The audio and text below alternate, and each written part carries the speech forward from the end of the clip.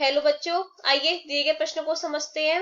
यदि p बराबर मचला कोष्टक x such that x is less than 3, x belongs to n, q बराबर मचला कोष्टक x such that x less than बराबर 2, x belongs to w, तो p union q गुणा p intersection q ज्ञात कीजिए जहां w पूर्ण संख्याओं ऋणेतर पूर्णांकों का समुच्चय है।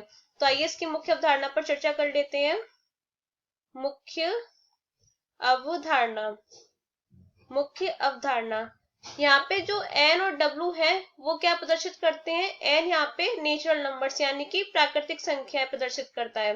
n प्राकृतिक संख्या, प्राकृतिक संख्या है, प्राकृतिक संख्या। प्राकृतिक संख्या क्या होती है? एक से लेके 1, 2, 3, 4, 5, एक से लेके अनंत तक की संख्याओं को हम प्राकृतिक संख्याएं कहते हैं। तथा W क्या प्रदर्शित करता है? W प्रदर्शित करता है पूर्ण संख्याओं को, इसे इंग्लिश में होल नंबर कहते हैं। पूर्ण संख्या, पूर्ण संख्या क्या होती है? इसमें जीरो और आ जाता है यानी कि 0, 1, 2, 3, 4, जीरो से लेके अनंत तक की संख्याओं को हम पूर्ण संख्या कहते हैं। तो आइए हमें प्रश्न में क्या दे रखा है? p बराबर दे रखा है मचला कोष्टक x such that x less than 3, x belongs to n, मचला कोष्टक 1। q बराबर दे रखा है मचला कोष्टक x such that x less than बराबर 2, x belongs to w। यहाँ पे जो फलन दिए गए हैं उन फलनों का मतलब क्या है? तो यहाँ पे जो p का फलन दे रखा है उसका मतलब ये है कि जो x है वो प्राकृतिक संख्याओं में बिलोंग करता है और x हमें यहाँ पे 3 से छोटा ही लेना है। तो यानी कि हमें x क्या मिल जाएगा? यहाँ पर x यहाँ पे प्राकृतिक संख्या होना चाहिए तथा 3 से छोटा होना चाहिए। अभी हमने मुख्य अवधारणा में समझा प्राकृतिक संख्या 1 से लेके अनंत तक की संख्याएं होती हैं। तो यहाँ पे p क्या आ जाएगा? p बराबर आ जाएगा मचला कोष्टक के अंदर 3 से छोटी प्राकृतिक संख्याएं कौन कौन सी होंगी? 1, 2 होंगी। अब q देखते हैं, q क्या कह रहा है कि जो x है वो पूर्ण संख्याओं में बिलोंग करता है, यानी कि पूर्ण संख्या 0 से लेके अनंत तक की होती है और यहाँ पे जो x है वो 2 के बराबर 2 से छोटा होना चाहिए। तो क्या हो जाएगा? यहाँ पे पूर्ण संख्याओं में 0 भी आता है तो 0, 1, और 2 भी होना चाहिए क्योंकि यहाँ पे नीचे बराबर का साइन लगा हुआ है। तो 0, 1, 2, ये आ गया q। अब हमें क्या कह रहा है कि p यूनियन q गुणा p इंटरसेक्शन q। तो यहाँ से p यूनियन क्या हो जाएगा? p यूनियन q बराबर p का फलन कितना है?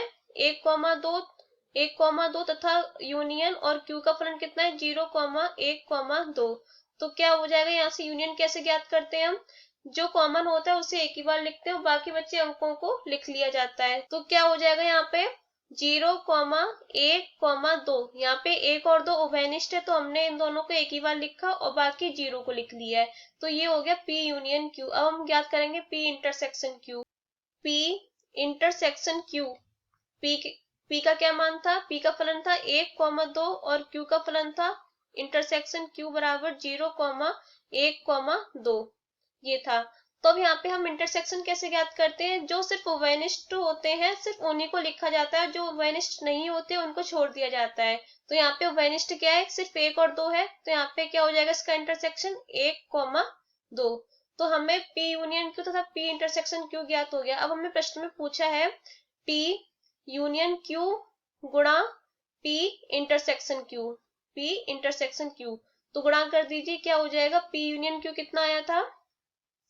p यूनियन q आया था 0, 1, 2। तो हो जाएगा 0, 0, 1, 2 और गुणा और p इंटरसेक्शन q कितना है? 1, 2। तो क्या हो जाएगा गुणा करके? कैसे लिखते हैं इसको? 0 पहले 0 का कीजिए तो 0, 1, 0, 2। अब 1 का कीजिए तो 1, 1 और 1, 2 दोनों में हो गया 1, 2 और अब 2 बचा, 2 का कर दीजिए 2, 1, 2, 2। तो ये हमारा उत्तर है। आशा करते हैं कि आपके प्रश्न समझ में आया होगा। धन्यवाद।